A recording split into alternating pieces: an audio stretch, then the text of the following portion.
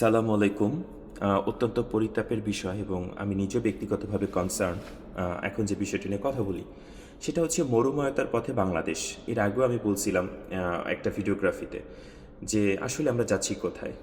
অযাচিতভাবে পানি ধরে রাখার যে জায়গাগুলি, নদীগুলিকে নষ্ট করে ফেলা, যত্রতত্র অপরিকল্পিতভাবে বাঁধ নির্মাণ করা এবং একই সাথে পানির যথাযথ ব্যবহার না করা, ধীরে ধীরে আস্তে আস্তে পানির লেয়ারটা খুব নিচে চলে যাচ্ছে।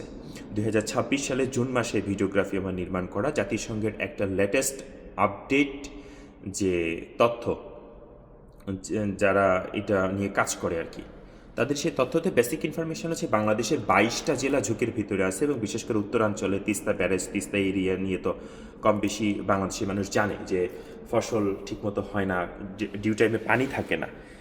এই ব্যাপারগুলি কি আসলে আমরা একটু চিন্তা করি?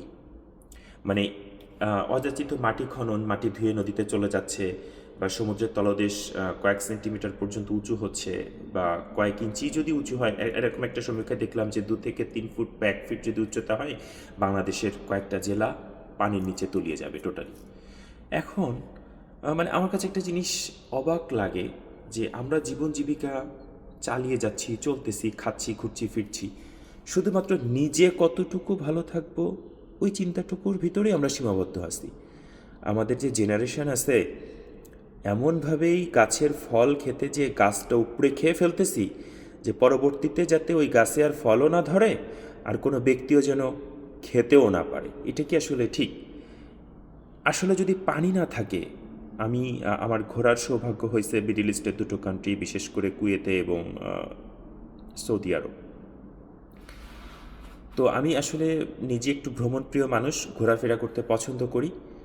পানি যদি যথোপযুক্ত জায়গায় না থাকে, পানির ফ্লোটা, একটা নদী বা একটা খাল বা ক্যানেল, একটা পন্ড বা পুকুর, যেটাই বলি, এটা যে ওই অঞ্চলের মানুষের কতটা কষ্টর কারণ হতে পারে সেটা আপনি না থাকলে, না দেখলে বুঝতে পারবেন না, কখনো উপলব্ধি করতে পারবেন না। তো মরুময়তার পথে বাংলাদেশ শুনে আসলে ব্যক্তিগতভাবে আমার খুবই খারাপ লাগছে। আসলে এটা থেকে করণীয় কি? জলাধারগুলি, যে বড় বড় ক্যানেল, খাল বা বড় বড় বিল ঝিলগুলি আসলে আমাদের সংরক্ষণ করা, যাতে বৃষ্টি মৌসুমে যে পানিগুলি থাকে, তারপরে অতিরিক্ত বৃক্ষ নিধন না করা, যার যতটুকু সামর্থ্য আছে ছাদ বাগান থেকে শুরু করে গাছের বা সবুজ বনায়নের যে ব্যাপারগুলি সেটা মেনটেন করা, যত্রতত্র নদীর উপরে বেড়িবাঁধ নির্মাণ অথবা বাঁধের নামে বা ব্রিজের নামে নদীর স্বাভাবিক ফ্লো বা গতিকে যাতে না আটকিয়ে দেওয়া হয়, এবং যেখানে সেখানে মাটি খনন করা বা বালি নদী থেকে টেনে তোলা, বিভিন্ন জায়গাগুলি যেভাবে ব্লক করা হচ্ছে, আবার সেটা বৃষ্টিতে ধুয়ে চলে যাচ্ছে, মানে এলোমেলো, মানে যেটা বলে না যে প্রকৃতির যে একটা নিয়মতান্ত্রিক প্রসেসিং, যে সাইকেলেশন, যে আমাদের লাইফ সাইকেল, যে ব্যাপারগুলি, এই রুটটা যেন নষ্ট না করি। আর নষ্ট তো আমরাই করতেছি, তাই না? এই যে ব্রিকফিল্ডে প্রচুর গাছ পুড়িয়ে শেষ করে দিচ্ছি, কিছু ইট তৈরি করতেছি, বিল্ডিং বানাচ্ছি, কিন্তু পরে যে আর কি জ্বালাবো, এই জ্বালানি হিসেবে কিন্তু গ্যাস ইউজ করা যেতে পারে, কয়লাকে ইউজ করা যেতে পারে, যদি এর আবার আরেকটা কার্বন ডাইঅক্সাইডের ব্যাপার থাকে। কিন্তু এটা প্রসেসিংয়ের মাধ্যমে যদি আপনি করেন, তাহলে দেখা গেলো যে ব্রিকফিল্ডগুলিতে অতিরিক্ত ধোঁয়া বা কার্বন নিঃসরণটা কম হবে। তো প্রিয় দর্শক শ্রোতা, আমার এই ভিডিওটা অনেক লম্বা হয়ে যাচ্ছে। আমি প্রত্যাশা রাখবো আমার দেশটা ভালো থাকুক এবং মরুময়তার পথে না, সবুজায়নের পথে বাংলাদেশ হাঁটুক, বাংলাদেশের মানুষগুলি ভালো থাকুক। এটা আমারও দেশ। আমরা দিন শেষে যেন সবাই মিলে ভালো থাকি।